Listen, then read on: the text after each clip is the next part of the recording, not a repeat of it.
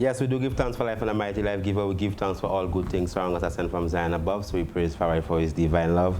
Give thanks as we enter into the realms of movers and shakers. A new program that's going to be specifically sharing the good news of what is happening in our beautiful island of St. Lucia. So we give thanks for such an opportunity whereby we'll be celebrating life. So instead of death announcements, we'll be having what we call life announcements, where we'll be featuring the newborns that actually come within our realms, and also feature their family, and also feature the wonderful nurses and doctors and the people that actually bring them into life. And we're going to have a separate segment that's going to be specifically focusing on what we call the community custodian. We're going to go into the different communities, seek out young people that are active within the community, contributing to the positive attributes of our country, St. Lucia. Normally, we are faced with a lot of bad news, you know, that person got shot, that person got killed, that person got stabbed, that person got robbed. And at that very instant, you know, the polarity, the other pole of it is that you have one young man or one young woman doing excellently in whatever trade that they ply in, either in academics, either in sports, you know, so either in just being whatever, you know, in a trade, if they put in tiles or they plumbing or whatever it is, they're a singer, and they are doing great things. So most times what we see is that we focus upon the negativity. We focus upon the things that actually give you that kind of a cortisol and adrenaline boost. So you feel good because it is bad, you know, oh, some bad news, boy, you know, why did they shoot a man today, you know, and everybody's getting that boost of adrenaline, you know, who got murdered, but yet still we don't focus on who was born, you know, who came into these realms, who came out of the spirit realms and come into the flesh realms, and how in 10, 15, 20 years, what do we have prepared for that newborn person that they could come into society and contribute positively. We are also going to be focusing on a segment called the local legend. That's the person who have been doing lots of great things under the radar. You know, the person that probably you don't get any kind of, you know, so when they come off the plane, there's no media shining on them, but at least the contributions that they are doing to our Nation Isle, St. Lucia, the Helen of the West, and the East and the North and the South, right? Definitely you don't hear about these people at all, so we're going to be focusing on that.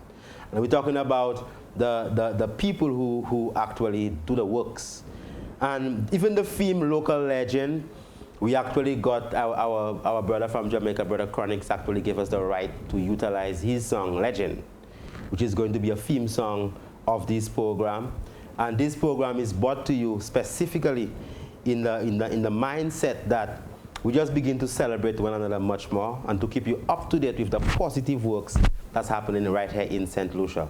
And tonight, we are going to have a wonderful program, as we are going to be discussing some key issues when it comes to the solutions, what is happening underground, what people have been doing, the community custodians, what they have been doing in their communities, what they've been doing in the nation. And also we're going to be speaking to a local legend, you know, and see exactly what his challenges were. You know, give us a peek into his life glory, not the stories, you know, the glories of his life. Let us celebrate his journey with him specifically. And remember, as you know, I remember time we had a program called Solutions. You know, solutions. The solutions really supposed to have the solutions. You know, and it is very difficult for us most times to accept, give thanks. Oh man, you know, you look handsome, or you look very beautiful, and you know, oh that's you know. So I personally got my first hug from my mother when I was about 30. You know, so we never grow up when we, you know, sharing I love you and hugs and kisses and these type of things.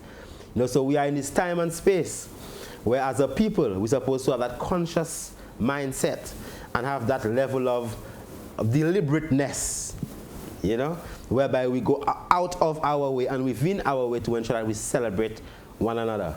You know, and as the person receiving that blessing, and as you're receiving that kind of love message, also put yourself in a position to actually receive it. So definitely we give thanks, and we give thanks for the Seed Resource Center, which is basically that space in Vieux Fort that we've been doing lots of wonderful works in. And the Movers and Shakers specifically is a brainchild of Goddess Itopia. That's the founder of the Ubuntu movement. And the Seeds Resource Center was birthed actually out of the principle of Ubuntu. I am because we are. You know, and tonight we specifically have our partners with us, people that we have been doing work with, people that we have been, you know, trolling through the streets in. And today, you know, I mean, people might wonder and say, oh, everything is quiet in Vieux Fort, and because, you know, we forget, you know, that February, about, you know, February 2023, you know, I mean, it was Independence Day, you know. Yeah, and then it was also the Ash Wednesday, you know, so the moon was just changing phases, and 3 people died, 7 people died, you know. How many people died in a weekend? You know, 2-year-olds and grandmothers, and, you know, people cannot cross this street and people cannot cross that street, you know, and all that bad news was always in the air. So the same way, you know, Mr. Favre and all his crew at HTS and the DBS and all these other TV stations, they're supposed to be going into Vieux Fort right now and saying, well, you know, there is no shooting, there was no shooting in Vieux Fort today. You know, we give thanks for the peace, so at least people could begin to celebrate the peace. So let not the news just be sad news. So we're going to be doing the Movers and Shakers, bringing the good news. And I want to introduce our first young brother today, you know, that's basically is a youth man that, you know, I know his father very well. His father was fundamental, you know, in me dealing with the ex-prime minister of St. Lucia, the former prime minister of St. Lucia, and his father was always helpful in helping me to navigate Mr. LeBon, all right? So you have this young man who articulates himself very well, who is basically working within the realms of mentorship, community activism, you know, specifically focusing on seeing how it is that programs could be initiated, you know, within our communities. So at a point in time in my existence, I always used to think, well, I am doing this work alone. You know, that it's just me, Priscilla, I'm by myself and I'm working with nobody, you know?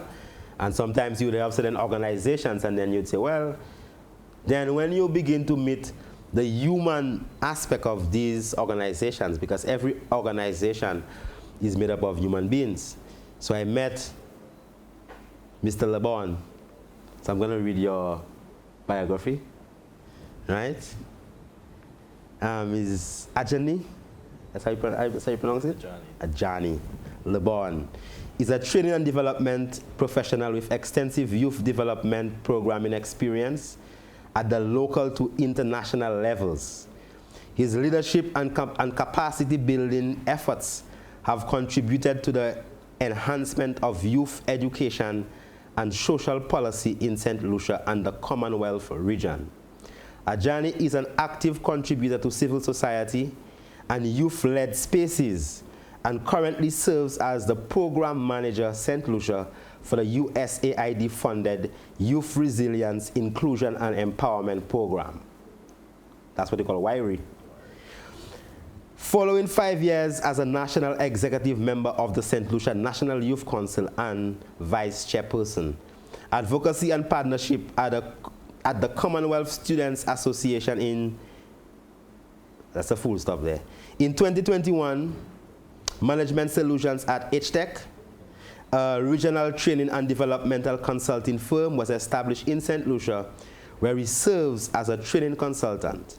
Ajani also serves as a member of the Sir Arthur Lewis Community College Board of Governors. Ajani views youth leadership as critical to resisting all forms of marginalization and as a tool for organizing and channeling the potential of youth for individual and community and national transformation. So that's your biography. But tell me who you are in a short paragraph.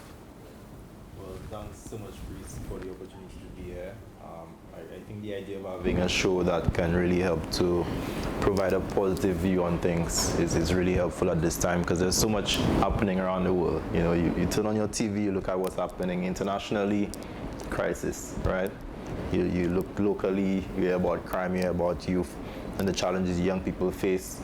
You see the political system, a lot of the frustration. So it's good to have a show that could be able to give that type of messaging and to show people that, you know what, good and evil exists, but we could only become better people if we focus on the good. So a bit about me. I'm a 27-year-old boy from Micoud Eastern Village in St. Lucia. I grew up to two parents, so I have no sisters, only brothers, and How many of you? so it's 4 of us. I'm gonna have 5 boys. Yeah. Yeah. So I grew up around, you know, boys, and I actually spent much of my earlier days at the Micoud Primary School. From there, I was born and raised in the Adventist Church. So much of my earlier years was spent in the. So you're no longer Adventist? I still consider myself somewhat, Sabbath you keeper? know, in line with some of the principles of the SDA. But I have a lot more of a liberal view on things in terms of, you know, being able to reach out to people and to reflect a lifestyle that's not just, you know, rooted in religion, but being open-minded to persons of different backgrounds and experiences. Yeah, so for me, I spent much of my earlier years in the SDA church through the SDA groups, so the uniform groups, the adventurers, the pathfinders, the master guide clubs. From there I was exposed to like the club structure. You know, we did a lot of camping, drills, so it helped me a lot to focus on discipline. And then from there I went, Micoud Primary School, and then the Vieux-Fort Comprehensive Secondary School. That's where I went. What year? When was that? That was 2009, I think. I went into Vieux-Fort. So Vieux-Fort, you were Vieux-Fort sector? Yeah, when I'm a comprehensive boy. So I went to school at Vieux-Fort Comprehensive. That was my secondary school. I was very active in sports, even from primary school, cricket, football. Love cricket, yeah. And then went on to South Louis Community College. At Vieux-Fort Compre in Form 4, I was exposed to the National Youth Council. Miss Morella was still there? No, that was Charmaine Eugene. Okay. Yeah. So in Form 4, I got exposed to the youth movement. Tevin Shepherd, who people would know, former Queen's Young leader, member of the National Youth Council and from Canaries, he invited me to attend. No, actually, before Tevin invited me to attend a youth council election, there was this girl in my class at primary school, and not at primary school. This girl was in my class, in primary school, but she knew of me being involved at Vieux-Fort Comprehensive. But my mom taught us both at Micoud Primary School. She reached out to my mom to let her know that there's this NYC camp coming up, and she thinks I should attend. So she dropped off a registration form. Now, in the middle of summer, I'm a guy very laid back. Going to a leadership camp was the least on my mind. I was just thinking of, you know, chilling, relaxing. But then she influenced my mom to have me to sign up for that camp. And something I didn't want to do initially ended up being like the pivotal point in my life, where I was exposed to youth leadership. And then from there, I went on into the National Youth Council student branch, and then through to the National Youth Council. Thanks. Yeah. Well, tonight our program going to be taking a little twist. You know, normally we would have focused on you a little bit, but because I have our local legend, you know, here with us in that capacity, and not my co-host, right? What we're going to do, we're going to introduce our local legend. You know, he doesn't need any introduction, really. You know, he's really a son of the soil. And when I say, well, the first time we actually worked together on a project, like, you know, I know Betty Jean, and from Betty is someone that we've been working with when it comes to intervention and all these things, probably from 2011, 2012, you know, and Betty always, I think it was probably about 2015, 2014, these times there. she started telling me about Dr. King, yeah man, Dr. King, Dr. King is, you know, so she was always telling me about this Dr. King. And I used to see Dr. King, you know, when we used to travel. I used to be going to St. Martin and realize we always on the same plane. You know, where I used to have my bags and go and sell herbal medicines. Dr. King was traveling, you know, Tortola, all these countries, eh? Yes. Yeah, many times. I'm talking about many, many times.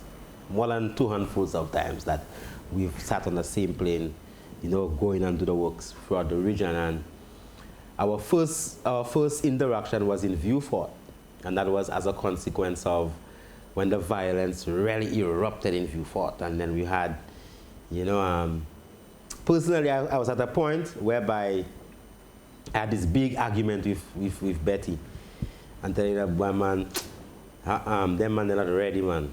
So many things we're doing. What happened to these fellas? Every time it's the same problem. Right now I have to check for myself, you know? And Betty was telling me, Priest, you can't say that, Priest. You know, you can't say that nobody never too far gone, and you know? And then now, I think that it was the day or 2 days after, the 2-year-old child was killed in Vieux Fort, was shot. And then, is it the goddess, my empress? Then she came crying and about, as a mother, how that makes her feel, and she felt this pain in her womb, and, you know? So then now I had to call the same Betty. And I was saying, boy, give up with them people, and tell her, well, let's go down to Vieux Fort and let's see what we could do in Vieux Fort. All right? So it was then that that's when the first interaction when it comes to intervention was with Dr. King. And, you know, we went through the community, you know, and when we were going through, if we say, well, how much is catering? 500? Okay, he takes care of that one, I take care of the other one. So there was that kind of, you know, I would call it symbiosis. You know, so you know, well, this man, they have you covered on that side, you cover that side. You know, then we were going through the communities, through the community of Vieux Fort, and we met the women in Bruceville. You know, we met the women in Martin Luther King Street, and then we were just going through, driving to Vieux Fort, and I began to learn of the man and the works of the man, like firsthand, you know. And I witnessed several times when we going through the communities, or let's say I'm waiting for him, if we go to graveyard and I'm waiting for him on the side. As he crossed the street, somebody would check him. And then you'd see, put his hands in his back pocket. I don't carry a wallet. But he'll pull up a wallet and, you know, and just be blessing up, you know, blessing up people. And then, and I witnessed it. So nobody had to tell me of the legendary works that the Honorable was doing. You know, and that was the first time that the first time that we actually partnered with someone when it comes to doing the works, and then we felt like as if the load wasn't on my shoulder and I have to be doing the things all the time. And you know, so most times when you're doing community work, you know, people don't understand, then you spend a lot of money by just doing community works. You know, and it is something that has to come from the heart. You know, and sometimes people forget. You know, when after Haiti earthquake, you know, we went to Haiti, right? Yes. You know there was a civil society formed for Haiti. You know, and then they say, oh, Haiti, and the people just talking. I just pack my bag and pack about a 4 suitcase and thing, and that was Flavia Sherry. Mm-hmm. You know, we go through Santo Domingo, rent a vehicle, drive after the earthquake. You know, going to the camps, give, yeah. So we take boat, we go to Dominica after hurricane. You know, charter boat and the volcano in St. Vincent. Mm-hmm. So there are many things that over the years that as an individual that we just move on it, you know. And the Seeds Resource Center in Vieux Fort came as a result of partnership and unity. That was different, right? So after we went in and we sat with the women, they said the man wants to come now, brought in the man and them. They decided that they wanted peace, you know, and it's just been a wonderful moment whereby, you know, that kind of fellowship in that kind of a realms. And I felt, well, it was appropriate that we you know, our first local legend. He said, Priest, local legend? No, man, I'm just a, You know, but that's one of our problems that we have in St. Lucia. You know? You can't take the flowers. You know, so I'm giving you your flowers, my brother. Give thanks. So tell us, Dr. King, you know, about who Dr. King is. Because trust me, I have employees that you know, used to, you know, fantasize about being pathologists. Yeah. You know, and when they see me, and when my phone rings and they see Dr. King, they say, Dr. King. You know, I met him. He made me want to be some kind of investigative, you know, some kind of, I call them people that investigate, forensic scientists and all these different things. So I know firsthand. I'm sharing my firsthand glory, you know, of our little time that we've spent for the past year and a half. You know, so tell us about Dr. King. Thank you, Honorable Priest Kailash, and good evening, Ajani. It's beautiful to be with you. You know, where to start? It's the ancient and the modern, you know. Look Yeah. in the mirror. But you know, we are partners, yeah? Yeah. Because, I mean, it's not now Ajani and I have been struggling, or I wouldn't say struggling, doing our work to build youth leadership in the country. Because, you know, our time now, we are dependent on our youth to step up and do what is right and proper by this country, because it's them and them alone, I think, that are going to make the changes that are necessary. And so I'm very proud of Ajani and what he's doing, and of Jonathan, all of you. I think you're doing a great job. But for me, it's interesting. My mother is an English woman. My father married her when he went to Scotland when he was doing his medical degree. My mother was a teacher. She taught at the St. Joseph's Convent. And my father was a doctor, so he was the only surgeon in the country at the time. So he was very, very busy. So it's my mother who raised me. And she didn't come from a rich family, but she was a very socially conscious, very bright woman. And she taught me on the straight and narrow. And she said, you know something? God helps those that help themselves. So first and foremost, you must always be seeking solutions to problems and act in that realm of solutions. And that has been my mantra. So when I did pathology, I actually went to UWI to do a medical degree. I came back and I was a district medical officer in Soufrière. Now, Soufrière was a fascinating experience. I spent just over 2 years in Soufrière being the district medical officer in charge of Soufrière Hospital. That was 1983 to 1985. The Soufrière people taught me so much because I was a youngster. I was younger than you, Ajani. But they taught me responsibility. They taught me what it means to have responsibility in a community, and what it means to be part of a community, and how community must unite to make things better. We used to have a thing called the Soufrière Hospital Development Committee, led by Mr. Kirby Lamontagne. And we did things to fix Soufrière Hospital, to make sure that the Soufrière people, we could give the best that we could possibly give at the time. So after I went to Toronto to do pathology, when I came back as a pathologist, I saw what was happening at Victoria Hospital, because that's where I came back. So my first order of business was to fix the lab at Victoria Hospital. We named it the Ezra Long Lab. We started what's called the Ezra Long Lab. And we equipped it so it could begin to deliver. When you say we, what we talking about? I say we because myself, as a technical advisor to the ministry and to the hospital administration, but you know, a man who was really there with me and really made it happen, the permanent secretary, Mr. Cornelius Lubin, who supported all those interventions. So we actually upgraded that lab to be a great health facility for the country. But I was also doing postmortems. And most people in St. Lucia know me for postmortem, yeah. right? As Jogba used to call me shock and hemorrhage. Right? You're the man that you're the doctor nobody wanted to go to. Yeah. When they wish Well, you. I am the doctor that only sees you and you don't see me, right? Nobody sees me, you know. I see them.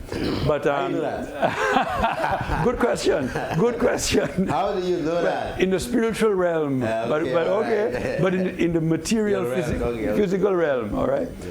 But what happened when I did postmortems, and I used to see a lot of young people coming onto the table dead, stab wounds, you know, gunshots, women raped and strangled. At first I would just document and go to court, and you know, I thought my business was for the system of justice, and we prosecute fairly, we bring the truth to the court, and so that people can be fairly prosecuted. So who's guilty gets charged and gets convicted. Who's not guilty walks free, right? That's how justice is supposed to be. Mechanical. That's right. Just roll. But my mother, I never forgot my mother. My mother said, this is a problem. What are you doing about it? Because why is this person dead? Why is this young lady raped and strangled? What's going on in your society that causes these things to happen? And that's what got me interested in the societal dynamics and violence, and what can we do to address violence? And that's when I got involved with RISE. Ninja Dan and Dr. Bird, who we started the RISE. But also, you know, it's been a wonderful journey in its own way. It's had lots of challenges, Priest, but it's been a wonderful journey because people have shared with me. I've seen people, I've helped people. People have helped me. We've saved many lives. Many lives have been saved. Many young people have moved on from that life of violence into much better. They're actually producing in good jobs, doing what they have to do. You know, so let me tell you, a lot of good has happened.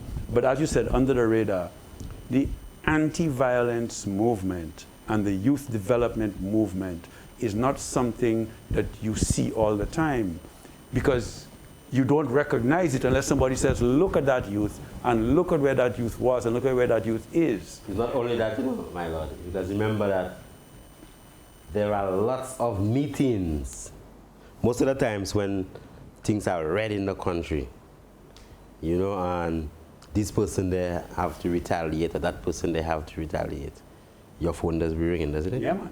You know, and how many Saturdays do you have to go and sit among people and have meetings? Many. Wednesday nights, Saturdays, Sundays, any day. That's under the radar also. That's, of course. Yeah. And you know, Betty says it well. Betty says that, you know, violence is a mindset. And a lot of people have learned that this is the way to resolve their problem. That's the only option they see. She says, you know, she told me once, a big compliment, she told me, if there's one thing you've taught me, Doc, is that there are many options to solve your problem. Violence is not the only option. There are many other options. And in a way, that's what we do. We're opening people's minds, and all kinds of people who otherwise, people would not want to rub shoulders with Ajani, right? People who are in the difficult circumstances that only see violence as their way. Working with these people, having meetings with them, talking to them, listening to them, and showing them and helping them realize there are other options. There are things that they could do that can be much more beneficial to them and those around them. And that's how we have been saving their lives, Priscilla, as you know that. In Viewfort, that's what it is. The people themselves are the ones that create the peace, not you and I. Yeah. They do it because they have made a decision. But you must put that option in front of them and create an opportunity for them to exercise the better option. And that's all the anti-violence movement is about, really and truly. Now, not just anti-violence, empowerment too, because I remember one of the big things that you all were part of is that whole university scholarship, you know, and getting the youth scholarships to actually go to university. And I personally know a handful of people who have the degrees right now who actually went through that program. Oh yeah. Oh yeah, that actually went. So it's not just the people doing violence, but it's also the positive youths 100%. that, that have been 100%. impacted positively. Very, very true. Because, the only way we're going to have a better society is through education and through empowering our people to get educated and break the ground that is the future, in whatever way that is. From whatever degrees and whatever is needed. But the only way is education. That's why we got involved with that. We also got involved with the CYE program for trades. We're over 500 youth were trained through those programs. And of course, the government is now doing much more with regards to TVET and stuff. So, but I'm still disappointed, I must tell you. What I'm disappointed. Let's celebrate. That's okay. No cortisol. Right. Yeah. So but I just want to say that, what we need is much more. You see, with the IIT initiative, our vision was to create a pipeline. What is IIT? Illinois Institute of Technology. They gave some scholarships. Yeah. Our vision was to create a pipeline from St. Lucia to the universities of the world, UWI as well as others, where at least 20% of our youth could go through that pipeline to get higher education at a higher level in another country, see the world, and come back. Because you see, I benefited from that, so I knew I appreciated it. Yeah. As did you. I mean, I remember going to Cuba and going into medical school, and all my Jamaican counterparts have degrees in biology and chemistry. Right, so here I am with probably my A level, and I'm saying, but how all these young people, they already have degree in biology, degree in chemistry, so whereby we coming from St. Lucia, that part of the Eastern Caribbean, like 2000, 2001, most of these young Jamaican people, all these people, they already had degrees. Yeah. And they were like this, it's the same, similar age, 20, 21, they already have their first degree, and there you are in the same classroom with these people there that know that level of biology or chemistry, and then you coming in now in that same level with these set of people there. So I do understand clearly how education does impact, but as the legendary, we have the youth man there. Yes. Now I want to ask him then, what is it, what actually propelled you into this whole intervention and just that level of community work? And what would you say would be one of the most positive things that you have seen that came out, not out of your present work, but when you just began, that actually motivated you to keep the path? Thanks for that. So similar to Doc, I think when you realize the environment that you've grown in, for example, for me, I grew up as a very introverted person. I remember back in school, people would say I was very sensitive, very to myself, But getting the opportunity to be able to learn about how youth coming together, young people supporting each other, being in the same space, sharing ideas, a lot of that, how it gets young people to begin to think about possibilities and what can happen if we come together, but also when you get to appreciate yourself, understanding what your strengths are, understanding what your weaknesses are, and then using that as a basis to be able to make informed life decisions. A lot of that took me out of my shell. A lot of that wanted, give me more of a desire to want to be able to support young people who grew up in an environment that is very down-pressing and very marginalizing. So many of our youth grew up in homes where they've not had a family structure that supported their ideals or the things that they wanted to work towards, right? You probably want to do this, but your father is saying that, or you probably want to be able to aspire towards a certain thing, but then your parents don't really have the resources to support that. But then it's also when a young person goes into the school system, and that's why I think I was more driven towards the student movement, because I saw a lot of the, how would you say it, the inequalities within our education system. Why is a student at Urgent Secondary receiving a different quality of education than an SMC, right? And then why are parents choosing to send their students to a certain school as opposed to others?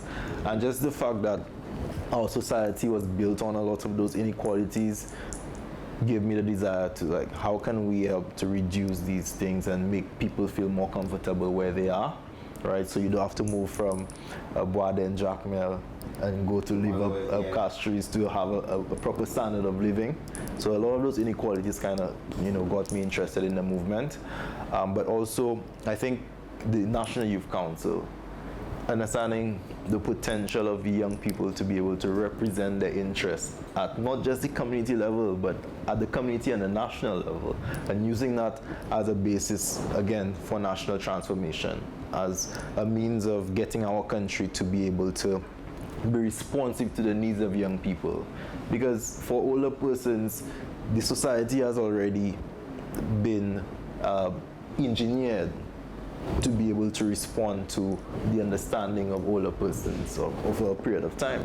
But younger people who are being exposed to different dynamics, the world is changing, new industries, new mindsets, new ideas. A society that is going to grow has to be able to respond to that, otherwise it could be behind the curve, realize, because new ideas are emerging.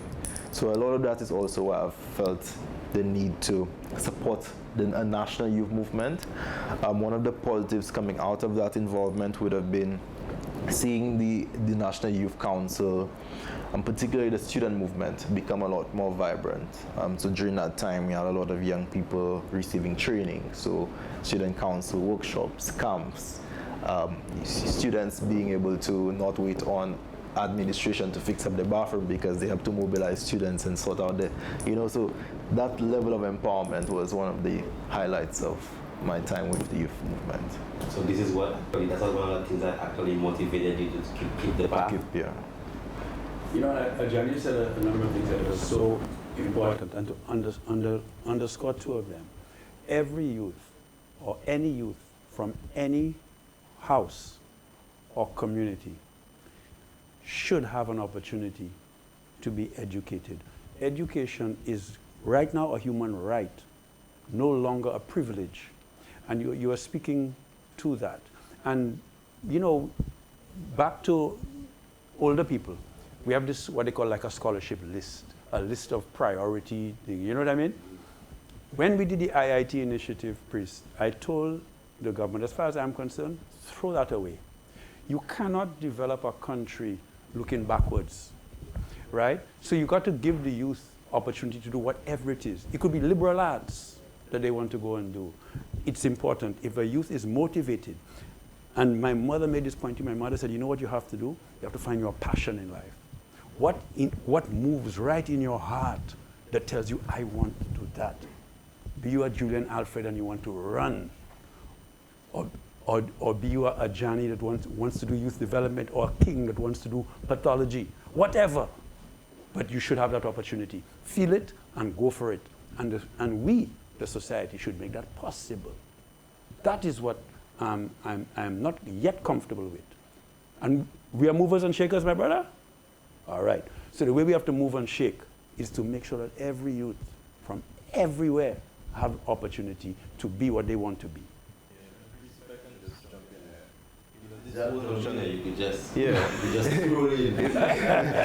This whole notion of systemic marginalization from birth, all right? You're already being cultured to view yourself in a certain way, all right? So already you look at somebody and you profile them to be able to say, you're only deserving of these opportunities, or you're only deserving to be in this space. That in itself is already breaking up or diminishing our potential as a people. Because what you're going to do is you're going to exclude, and to a great extent is the majority of people who are being marginalized, right? You're going to exclude those people, but then you're going to give majority of the power and influence to a select minority, right? But is it power of the people? It can't be just a few people who think they have the ideas who are being called. I think there's this sociological theory which looks at the persons who see themselves from a elitist standpoint and think that they are the chosen few to be able to make decisions on behalf of the majority. But we all have the answers, you know. It's when we look to ourselves and we have conversation and we listen to the other side, that is when we were able to reason out and say, all right, that is the best way of doing things. But also when you look at our communities, why is it that our communities have to depend on revenue being generated in a few areas, right? So there's a dependence on the upscale areas, Rodney Bays, Castries, Roselys, to be able to generate revenue for the island. Why can't our community be worth creating, where we empower ourselves to be able to create the environments, the industries that we need to survive, you know? So who are you, who's supposed to make the communities self-empowering? Because when I look at it, is in my journey, in fact, I never knew I was bright. I never knew that I was bright, you know, because growing up in the countryside, you know, I grew up country, like Labrie, in the countryside of Labrie. And I could recall when the first person went to university, you know, and the first person who worked in a bank, you know, and all these things there as a youth growing up. You know, what really, I think, saved me was the fact that at that point in time, we had Lagras Progressive Stars, like those youth groups, a lot of youth groups, and I was young, I remember, you know, 7, 8, and 9, that, you know, I did, you know, walks and all these different aspects. So it was very, people like Wayne August, you know Wayne August? You know, so Wayne was like, he was one of the first people in the community to go to university, right? And then the first person to really become like a banker and then bank manager, you know? So then, and he didn't just, these people never just left the community. You know, people like when he came back, he sponsored he was the manager of CIBC. He got the best uniforms. I remember that time there for the football team. Man, nice Adidas uniform and thing, you know what I'm telling you? So there were firemen, you know, people who work in the public service. These people were embedded within. So if you had a youth group, the treasurer was the man working in the bank. You know, so you had all these different people were just there contributing. And I remember I went to Lafargue Secondary, and I met Dr. Charles Bolo. Oh yeah. Yeah, and Bolo is who told me I was bright, a teacher. Yeah. So it's not like as if the potential that you have is all you need. Sometimes is a spark, you know, someone to just care enough. So this man told me I was bright. Bless his spirit of the ancestors, right? And he didn't just tell me that. He used to come by my home as a teacher. You know, his man used to come and check me by my home. You know, and make sure he comes, sometimes bring me by his home, because his son was in the same year with me. You know, that time that Boo Hinkson used to give, like, they used to have Junior Calypso was a big thing, you know? And then, Boo used to bring Boo Hinkson, dancing, drama, all type of thing. So this man didn't only just make me focus on academics, right? But he literally became like a father figure as a teacher. Right? So the people who create people within our community are the same people within the community. Right. You know, so instead of sometimes we looking outside of ourselves, you know, that's why I think one of the biggest reasons why we're in a bad state is how we deal with the elders. You know, how the people who have served, how we look onto their experience. Could be the nurses, you know, is there a retired nurse association, a retired police association that could come and teach the youths about, you know, what policing is about from their time onto this time. So there isn't that kind of a transfer of knowledge and transfer of skill and expertise and just that genuine, heartfelt nature to what we are doing. We're going to talk about, we due for a little commercial break, eh? So we'll take a commercial break, you know, if our sponsors for this time, and before we go for that break, we just want to give thanks for our people at Forest Springs for always keeping the Seeds Resource Center with with fresh drinking water, spring water coming out of, the heart of Saltibus. And also we want to just, give thanks for also Digicel that provides the Seed Resource Center with free internet, so we want to just acknowledge all these people, all these corporate, entities who actually help and support us along the way to be able to push through that initiative. Caribbean Grains and Bryce and Company, these companies who actually stepped up in the initial aspect of when we came and bring this center into Vieux Fort to allow the people of Vieux Fort to, to get an opportunity, to get a space, a safe space where them and their children could come and uplift themselves. So we'll take a short commercial intercession. We're not breaking, no breaks, not breaking anything. We're taking an intercession and we definitely will come again. Blessed Lord.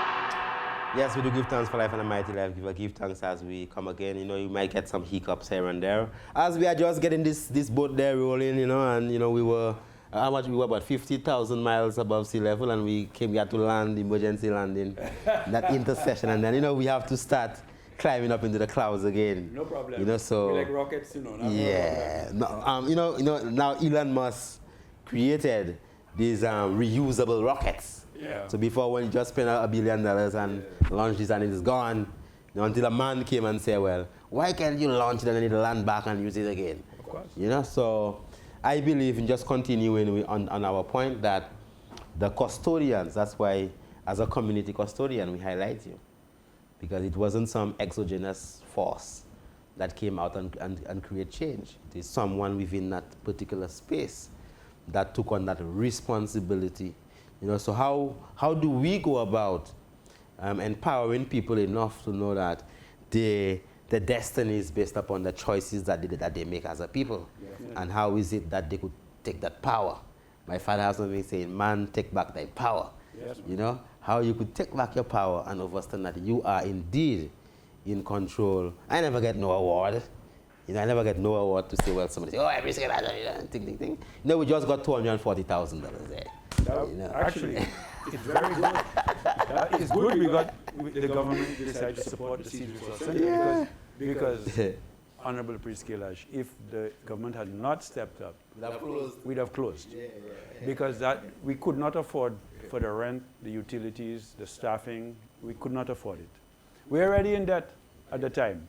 So we actually have to big up the government for stepping in, recognizing the Seeds Resource Center and supporting the Seeds Resource Center. And in fact, like Ajani's on board because we're going to do some big things with the CVI program. But I wanted to go back to something you said, because you said something very important that I hope viewers appreciated. You mentioned about the power of teachers to inspire. And it's not just teachers. You also said about community members. You spoke about Rain Ogis. Now, you see, I was in library, was it last week or so?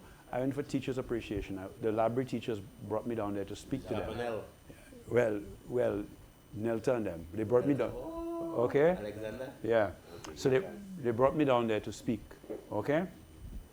And I was talking to the teachers, and the point I wanted to make to the teachers, and I want the St. public to appreciate this, there is no profession in our society more important than a teacher. None. Because education is the most important force in people's lives. And teachers, and you know how teachers are in a bad situation. They feel demoralized. They feel that they're not supported. They feel they don't get enough salary. They don't get enough support, etc., etc. But what they need to understand, it comes back to the spiritual realm too. As I tell them, what they need to understand is they're doing the greatest work for the Creator, because they are creating minds and inspiring minds. And you said it. Who made you understand you were bright? Because before that, you felt marginalized, and as you said, oppressed, downpressed. Yeah. And so when this teacher told you that you were actually bright and worthy of knowledge and acquiring knowledge and using it, all of a sudden your life began to change. Never came nothing but first, you know. There you go. Yeah.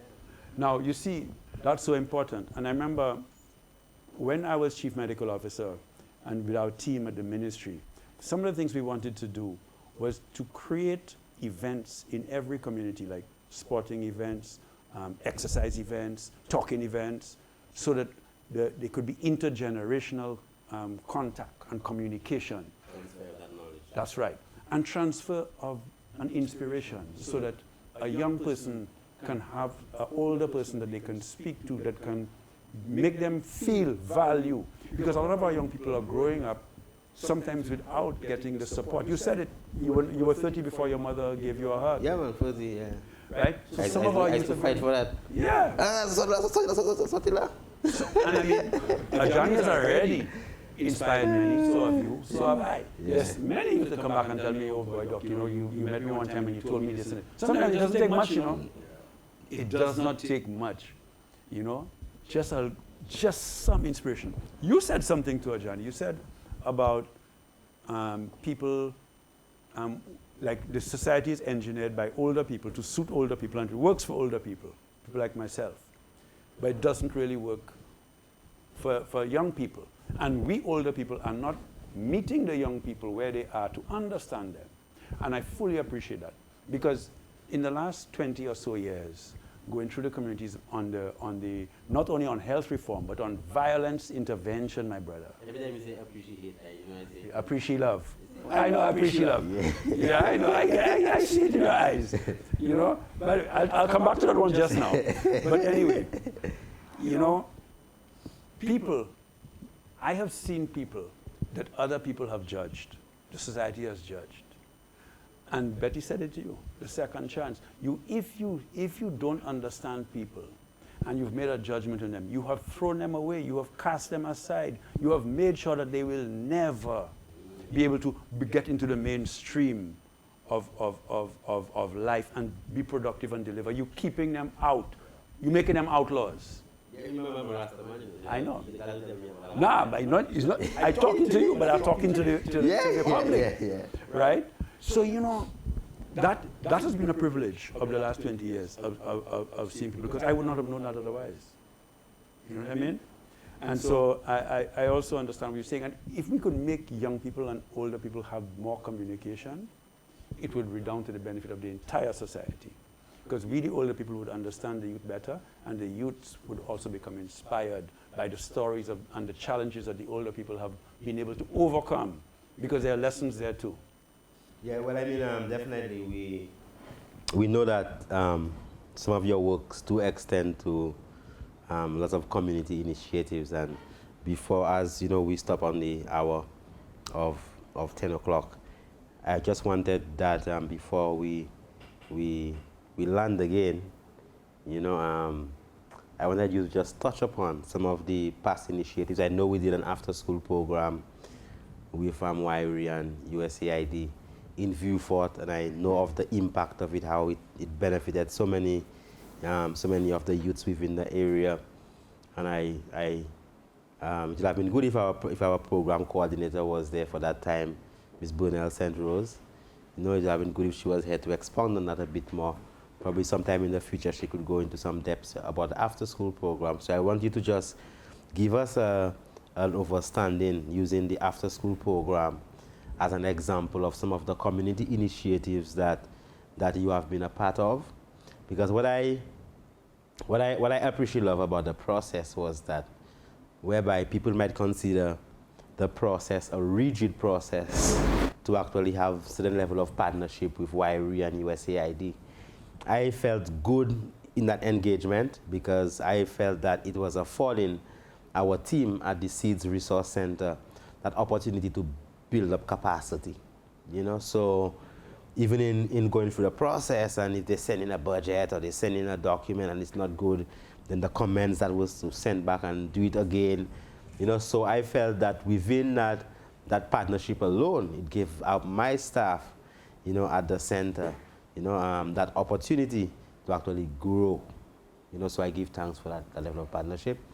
I just want you to go over the after-school program, what it was, what were the objectives of it, and also the upcoming program called the Community Violence Interrupter Program, and how these programs, what are the objectives of them, how they are supposed to be tapping into the youths and helping the youths to become better people. Okay, so, well, speaking generally to the WIRE program, which is a 5-year USAID-funded initiative, we work across 4 objectives with the broad goal of strengthening citizens' resilience to crime and violence. So we firstly work to strengthen how government provides services to youth who are at risk to crime and violence.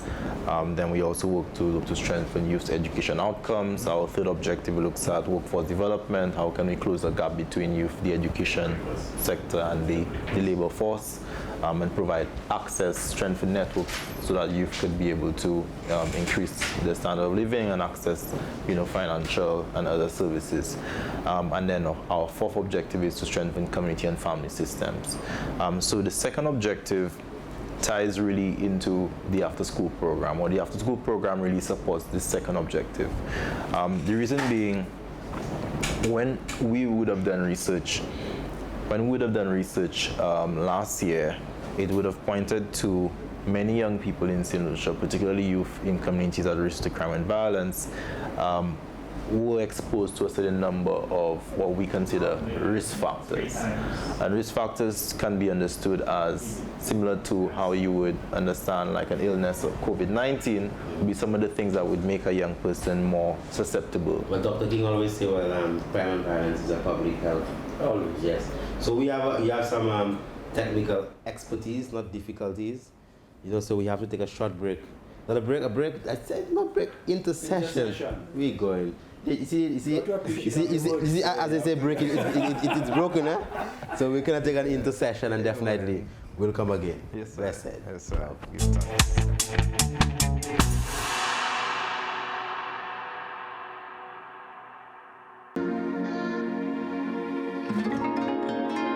The answer is just like a natural gift that, we have been able to extract out of nature in such a way that people can use it. Yeah, and in many different ways I'll use it. Use it in juice, drop it in your juice same way. And, in tea, same way. All different type of ways I'll use it, Most times I take it in water, if you're ever on the road and you need to sanitize your hand, with something that is like antibacterial at the same time, that is one of the things they can use the answer for, It's for people who undergo and people who are trying to incorporate the natural living into everyday modern life, So it's a gift. We give thanks, it's an answer, for real.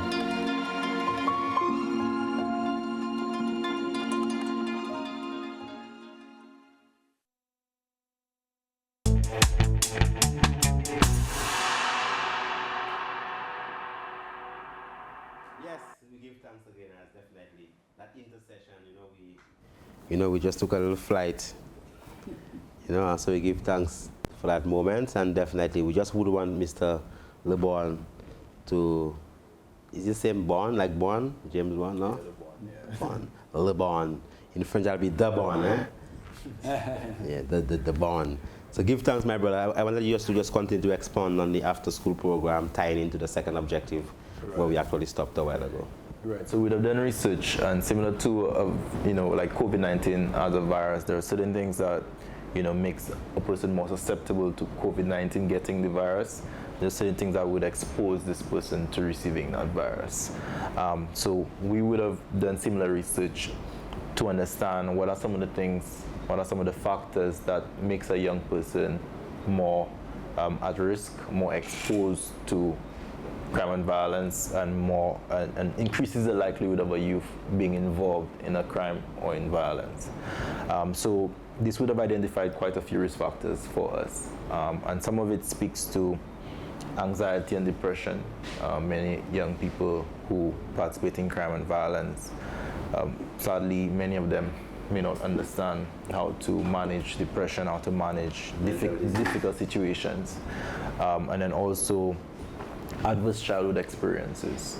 And you spoke earlier to some of the exposure of young people to like trauma, early trauma, understanding how in some of our households you may have youth growing up in dysfunctional homes, so the father is not present, they grew up with probably like a grandmother or a mom who goes through a lot of hardship. Some of those things really affects many of our youth, and the after school program really helps, particularly for young people who, your parents are probably employed in the hospitality sector and they don't have a lot of time to be able to give you the level of care, the level of protection, supervision that is needed. It also is designed because we realize during those times between, the time school ends and, later in the evening when the parents are off work, there's not much supervision available for that youth.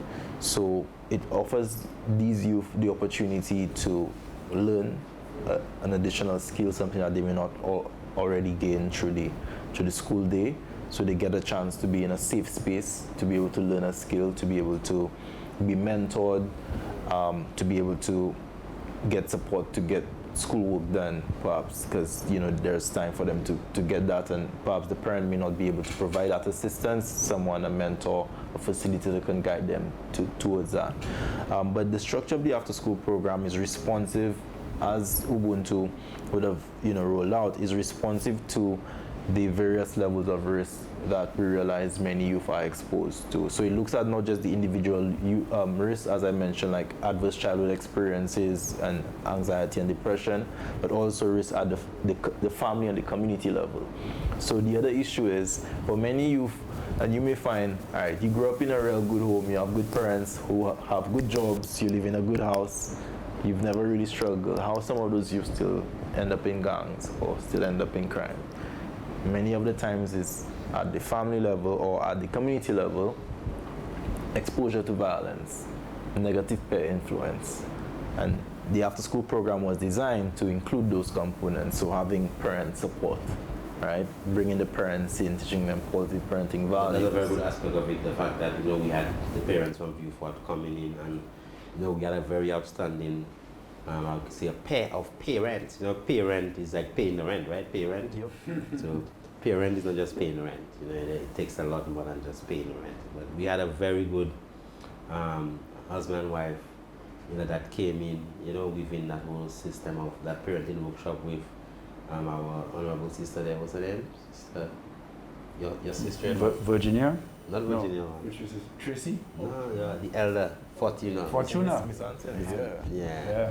So she did a wonderful job in cultivating that type of, that training of the parents, just to not just being parent, but the psychosocial support that the children actually need to help them to develop. And also powerful when seeing the paintings that the parents did to express their values for family. Some of those things are really powerful in bringing the parents together to realize that it takes more than a school to be able to bring in those values and appreciation for our culture, positive values, and some of those things that are needed for youth to really appreciate the country, themselves, their families, their communities better. So that was really a really good component. But it was also good that the Ubuntu movement was able to design a program that was not like school outside of school. So them children, and I didn't tell you that, but I was on the View Fort playing field one of the days, and there were few children sitting behind me, and one was asking the other, "You hear about the after-school program?" Yeah, and he said, "Yeah," but he was coming in a few days, and he said, yeah man, it's a good vibe and thing." So, school outside of school, we know how our education system has boxed many of our students in. When you could come into a space and learn about robotics on an afternoon, right? You don't really get a chance to do a little design. You come in, you paint a nice mural, and those things really make education and learning good for many youth who have not felt like the general system has brought out there. their creativity. So that was a great inclusion. But I want to speak beyond just the after-school program because... Before you continue, for the people who, might want to call, this is not a political program. So, who when you read the under yellow? I made sure I never read no yellow, Yeah. I have gold. Gold. I'm not yellow. I'm gold. So definitely, this is not if you're going to be calling, we want to focus on the positivity. Let us just celebrate. They have a lot of talk shows that, you could just call and say your thing. But this one is, if it's positivity. Let us focus on the solutions and let us celebrate. Take a time out to highlight someone that you see that's doing a good work in your community. That's what you call about. We don't want to know why that bridge not fixed up yet. And sometimes people see me on TV and they don't even listen and they say, well, Prince boy, I have a headache.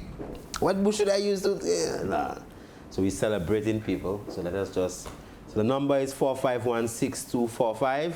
I mean, very soon as, things get hot, the pot just starts sizzling up here at HTS in our next session on Tuesday coming. This is going to be an every Tuesday program from 8:30, where we're just going to be highlighting people, and I'm sure the Honorable here is going to be there here again, and Mr. LeBon also. So we're going to, it's an every Tuesday program, for a whole year. We're going to be here every Tuesday celebrating, and there's a repeat also every Sunday. You're going to get a repeat of the program, so at least you could sit in, in your space and then, go through and listen, and see how other people's lives could actually motivate you. That's why I read this Marcus Garvey saying that says that it's good to read autobiography, or listen to people, because you could learn in probably a week what someone went through an entire lifetime. True. So the key aspects of that person's life and their development, you could actually learn that. So the number is 451-6245, 451-6245. If it is that you have a positive comment, or you have something upful to say, celebrating with us, definitely you could actually give us a call and let us know about it, right? So Mr. LeBon, before we go to Dr. King, just give us a brief, because we know the after-school program was beautiful. We had flagpole, football. We had NFL players coming down also. I think that's going to be part of the Olympics, next Olympics. Yeah. So definitely we just want to just give thanks for that partnership, and the impact that we had on so many of the youths. There was one of the young brothers I dropped home on the closing day of the after-school program. The most touching aspect of it to me was at the closing ceremony. When the children and when the parents, they came well dressed and nice church clothes and church shoes and and when it was the presentation of the certificates. And what touched me was that I really felt that in the spiritual realms, as my brothers say, that many of these people never received an award before, and there they were walking up and receiving certificates and being celebrated as completing something. That to see the pride on the parents' face, walking up with the youths and them, that was very touching to me. So the moments that we could take to just celebrate these youths, because I said I get my hug late in my life. So you could imagine the number of youths outside there who never get an I love you, or who never get a hug, or who never get that level of care and attention or that intervention.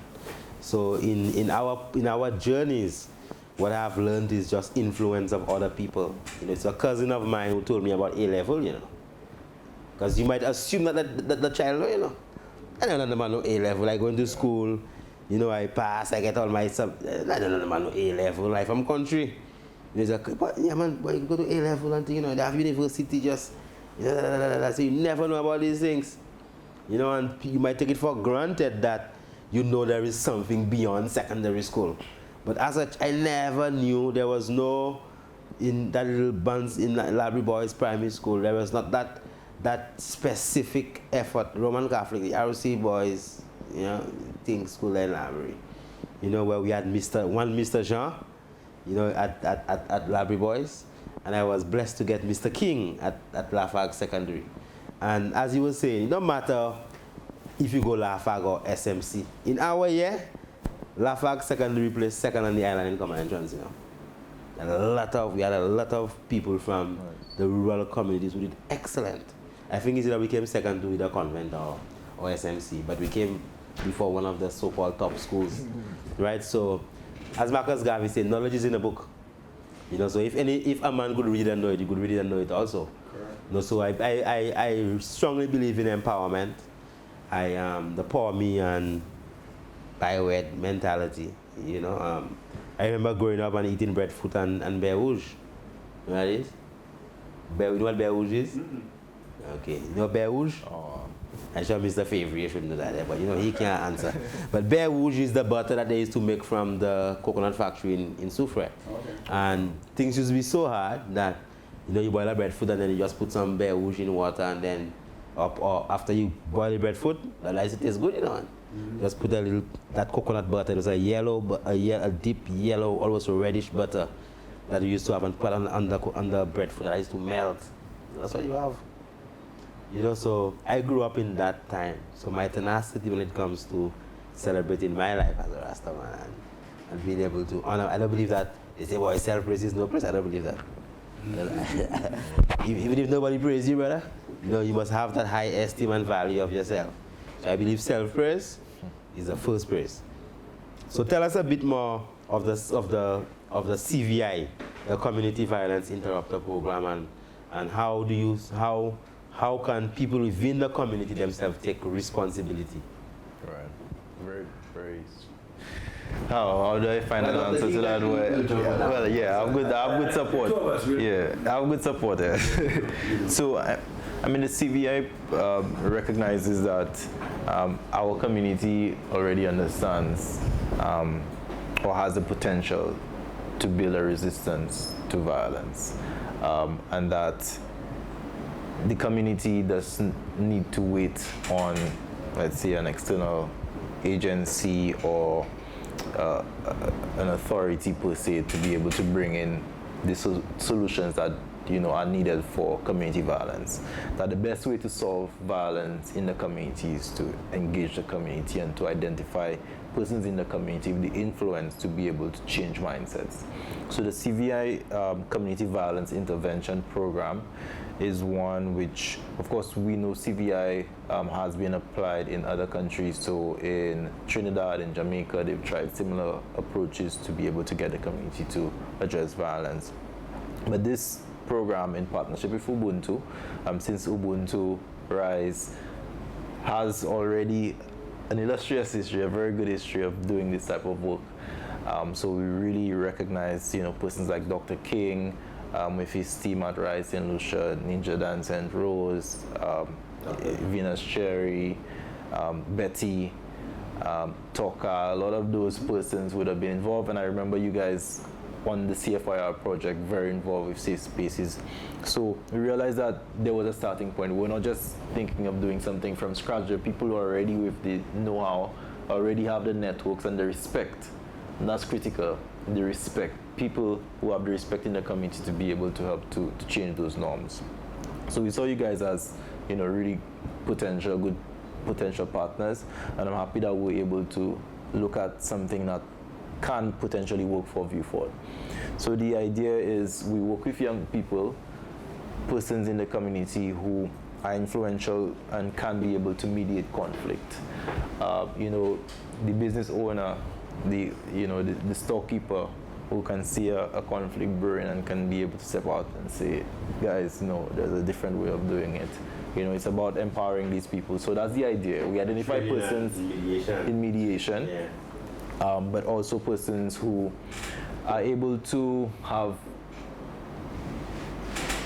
what I would say very intimate but deliberate relationships. So it's about building a relationship with somebody that is trusted, that people can rely on you, that you can keep your word, right? And that they realize that when you do reach out to them to be able to, whether it be, mediate a conflict, it's because you have their best interest at heart. So it's about training those persons, but it's also that we think because of, Vieux Fort as a community which has, been deprived from a lot of key services, particularly services for young people. When we did our research last year and went into Bruceville, a lot of the women were saying, for example, if they have to get like some basic childcare services, they have to travel.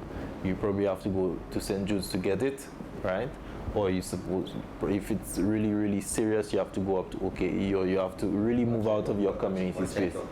And they didn't know where they could actually get it. So it's about not knowing if it's available and not knowing where to get it. We went there time and when we went to the communities, in Bruceville specifically, and that house had about 10 children, of all from the newborn to a 1 year, 2 year.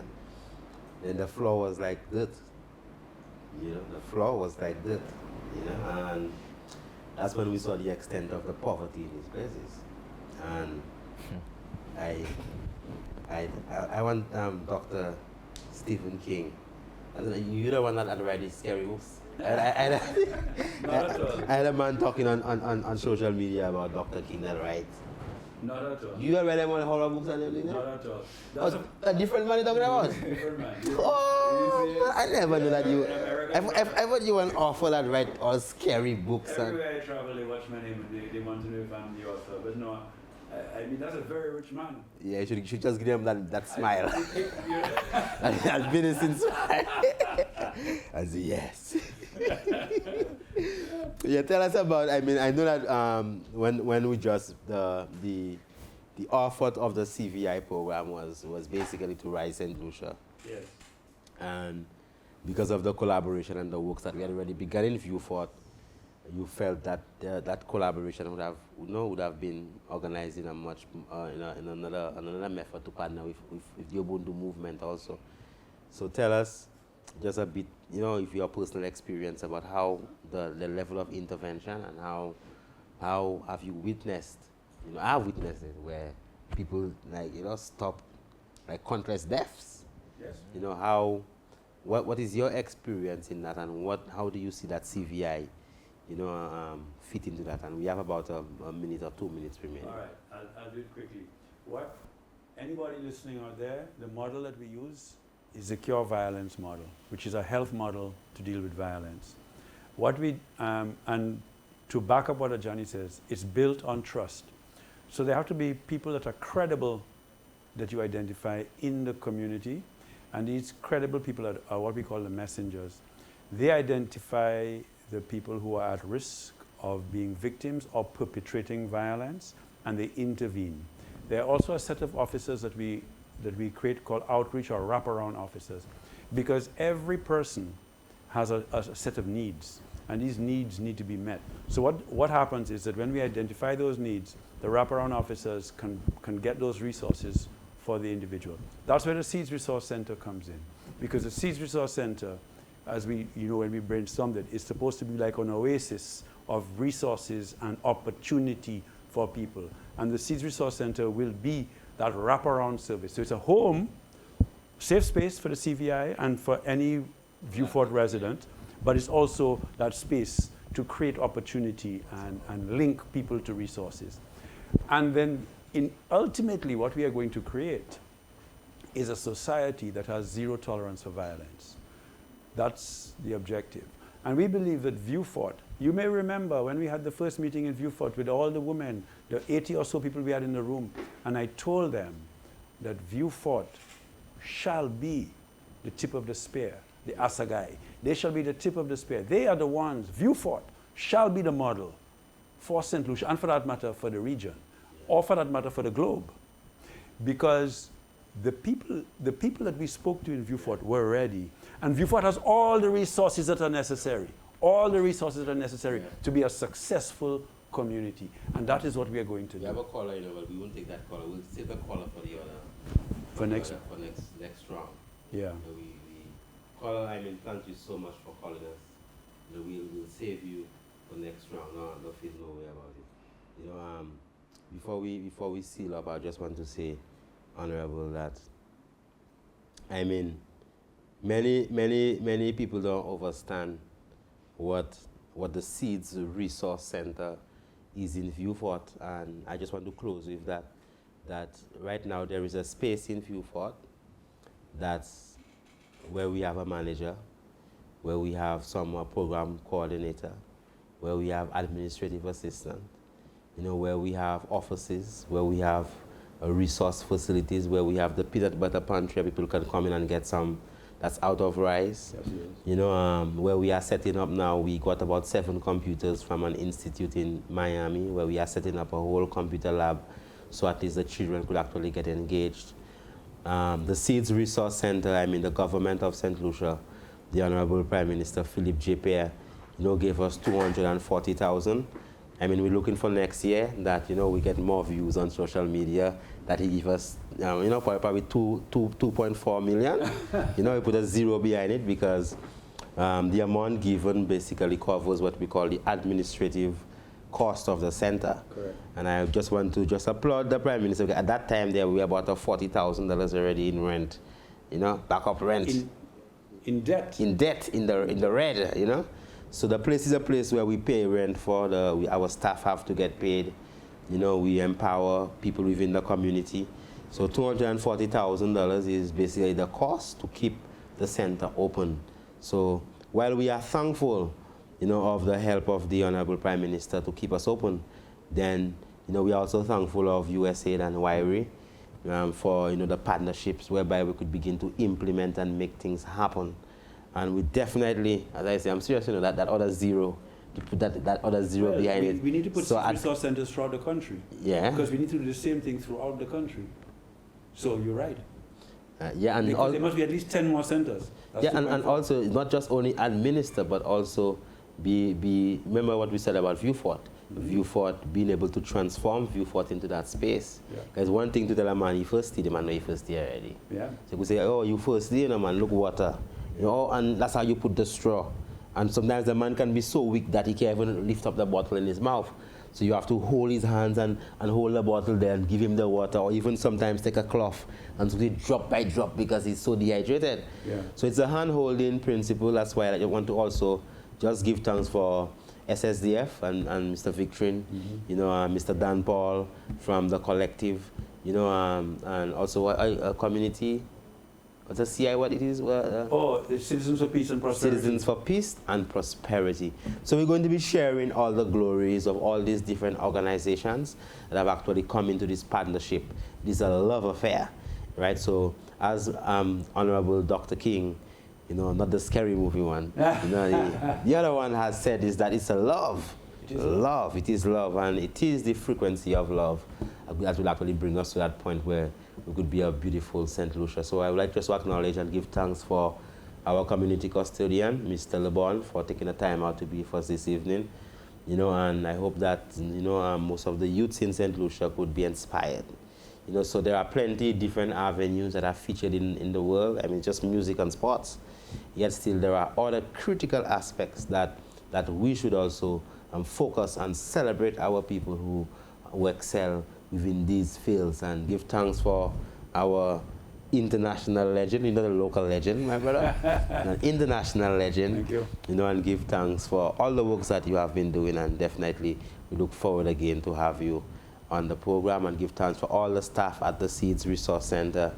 Give thanks for all the people of Vieux Fort who allowed us to come into their spaces, and we do pray that, as the Honorable said, that prototype of the Seeds Resource Center could be replicated, whereby our youth could have spaces, safe spaces, where they could come in and learn things, and have a space where someone could teach them to do their homeworks, have a space whereby if they don't have something to eat, they could come and they could sit down, have a space where they could get, because we have a counselor there, Dr. Virginia Joseph, that is there to give psychosocial support. So definitely remember the Seeds Resource Center in Vieux Fort, and remember that this is something that we are pushing forward. So let love be the frequency. And let your brains have what you call gamma waves or theta waves, not love waves. Love waves. Love waves. Positive. Positive waves. Give thanks again, and movers and shakers. Blessed love.